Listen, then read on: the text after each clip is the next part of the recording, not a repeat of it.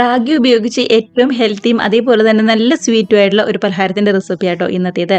ഒട്ടും തന്നെ എണ്ണയിലൊന്നും മുക്കി പൊരിക്കാതെ ആവിയിൽ റെഡിയാക്കി എടുക്കുന്ന നല്ല ഹെൽത്തി ഉള്ള റെസിപ്പി തന്നെയാണ്. അപ്പോൾ മിസ് ചെയ്യാതെ എല്ലാവരും ട്രൈ ചെയ്ത് നോക്കുക. ഉറപ്പായിട്ടും ഇഷ്ടമാവും കേട്ടോ. കൂടെ തന്നെ കമന്റ്സ് ഒക്കെ ആണെന്നുണ്ടെങ്കിലും മറക്കാതെ അറിയിക്കണേ. അപ്പോൾ ആദ്യം തന്നെ നമുക്ക് പഴത്തിന്റെ ഒരു മിക്സ് ഒന്ന് റെഡിയാക്കി എടുക്കാം. അതിനായിട്ട് പാനിലേക്ക് 1 ടേബിൾ സ്പൂൺ നെയ്യാട്ടോ ചേർത്ത് കൊടുക്കുന്നത്. നെയ്യ് ചൂടായിട്ട് വരുമ്പോൾ മീഡിയം വലിപ്പത്തിലുള്ള 2 നേന്ത്രപ്പഴം ഇതുപോലെ ചെറുതായിട്ട് കട്ട് ചെയ്തും കൂടി ചേർത്ത് കൊടുക്കാം.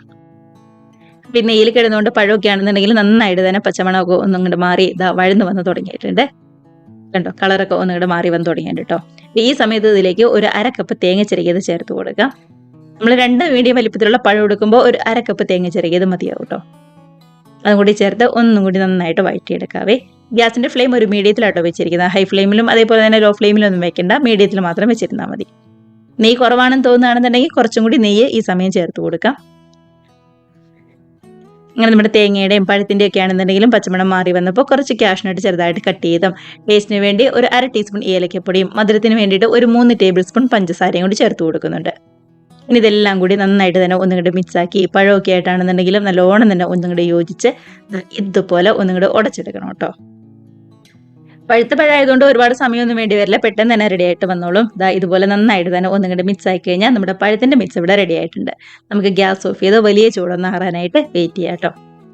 അപ്പോൾ പഴത്തിന്റെ ചൂടൊക്കെ ഒന്ന് ആറി വരുന്ന സമയത്ത് നമുക്ക് റാഗിയുടെ ഒരു മിക്സും കൂടി റെഡിയാക്കി എടുക്കണം.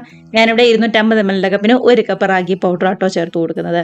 ഇതിലേക്ക് ആവശ്യത്തിന് ഉപ്പും കൂടി ചേർത്ത് നന്നായിട്ട് തന്നെ ഒന്നുകൂടി മിക്സ് ആക്കി എടുക്കുന്നുണ്ട്. ഇനി സാധാരണ നമ്മൾ ഇടിയപ്പത്തിനൊക്കെ മാവ് കുഴക്കില്ലേ, അതേപോലെ തന്നെ നല്ല തിളച്ച വെള്ളം ഇതേപോലെ കുറച്ച് കുറച്ച് ചേർത്ത് നല്ലോണം തന്നെ ഒന്നുകൂടി മിക്സ് ആക്കി എടുക്കാം.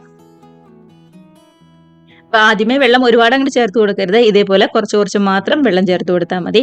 വെള്ളം നന്നായിട്ട് തിളച്ച് കഴിഞ്ഞപ്പോൾ ഓഫൊന്നും ചെയ്യേണ്ട, ഏറ്റവും ലോ ഫ്ലെയിമിൽ വെച്ചിട്ട് ഇതുപോലെ കുറച്ച് കുറച്ച് നമ്മുടെ റാഗിയിലേക്ക് ചേർത്ത് കൊടുത്ത് മിക്സ് ആക്കി എടുക്കാം. കണ്ടതാ, കയ്യിലൊന്നും ഒട്ടും തന്നെ ഒട്ടിപ്പിടിക്കാത്ത നല്ലൊരു പരുവത്തിന് നമുക്ക് കിട്ടിയിട്ടുണ്ട്. നമ്മൾ സാധാരണ ഇടിയപ്പത്തിനൊക്കെ ചപ്പാത്തിക്കൊക്കെ മാവ് കുഴക്കുന്ന അതേ രീതിക്ക് തന്നെയാണ് നമുക്ക് കിട്ടിയിരിക്കുന്നത്.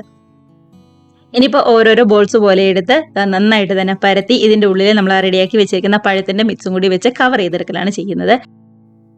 ഇനിയിപ്പോൾ അതും അല്ലാന്നുണ്ടെങ്കിൽ നമ്മൾ ഇലയുടെ ഒക്കെ റെഡിയാക്കി എടുക്കില്ലേ, വാഴയിലയിൽ നമ്മുടെ ഈ മിക്സ് നന്നായിട്ട് തന്നെ ഒന്നും കൂടെ പരത്തിയിട്ട് പഴത്തിന്റെ മിക്സ് വെച്ച് റെഡിയാക്കി എടുക്കുന്ന പോലെ അങ്ങനെ വേണമെന്നുണ്ടെങ്കിൽ അങ്ങനെയും ചെയ്തെടുക്കാം.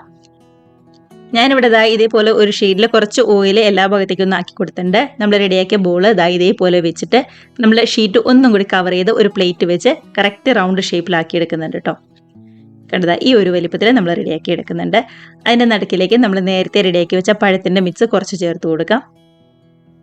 അതിനുശേഷം ഇതുപോലെ രണ്ടായിട്ട് ഒന്നുകൂടി മടക്കിയും കൂടി കൊടുക്കാം കേട്ടോ. അതൊക്കെ ഒന്നുകൂടി പ്രസ് ചെയ്തെടുത്താൽ മാത്രം മതി.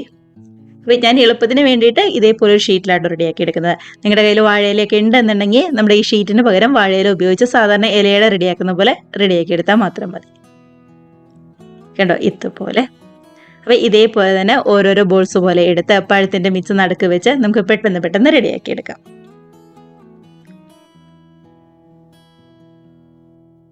നമ്മൾ റാഗിയുടെ മിക്സ് റെഡിയാക്കി എടുക്കുമ്പോൾ വെള്ളം ഒരുപാട് കൂടിപ്പോയി കഴിഞ്ഞാൽ കറക്റ്റായിട്ട് ഈ ഷേപ്പിൽ വരില്ല കേട്ടോ. ആകെ ഒട്ടിപ്പിടിച്ച് ഭയങ്കര വൃത്തികേടാവും. അപ്പോൾ വെള്ളം ഒഴിക്കുമ്പോൾ കുറച്ച് കുറച്ച് നോക്കി നോക്കി മാത്രം വെള്ളം ഒഴിച്ചു കൊടുത്ത് റെഡിയാക്കി എടുത്താൽ മാത്രം മതി. ബാക്കി എല്ലാ മിക്സും ഇതേപോലെ തന്നെ നമുക്ക് റെഡിയാക്കി എടുക്കാം. അതിനുശേഷം ആവിക്ക് വെച്ച് വേവിച്ചെടുക്കലാട്ടോ ചെയ്യുന്നത്. ഒരു പ്ലേറ്റിൽ ചുറ്റും ഒന്ന് നെയ്യ് പറ്റി കൊടുക്കുന്നുണ്ട്. റാഗിയുടെ മിക്സ് ഇതേപോലെ വെച്ച് കൊടുക്കാം. ഇഡ്ഡലി തട്ടിൽ വെള്ളമൊക്കെ ആണെന്നുണ്ടെങ്കിൽ നന്നായിട്ട് തന്നെ തിളച്ച് വന്നിട്ടുണ്ട് കേട്ടോ. അതിനുശേഷം നമ്മുടെ ഈ പ്ലേറ്റ് അങ്ങ് വെച്ച് കൊടുത്ത് ഒരു 15-20 മിനിറ്റ് കൊണ്ട് ആവി കയറ്റി റെഡിയാക്കി എടുക്കലാണ് ചെയ്യുന്നത്.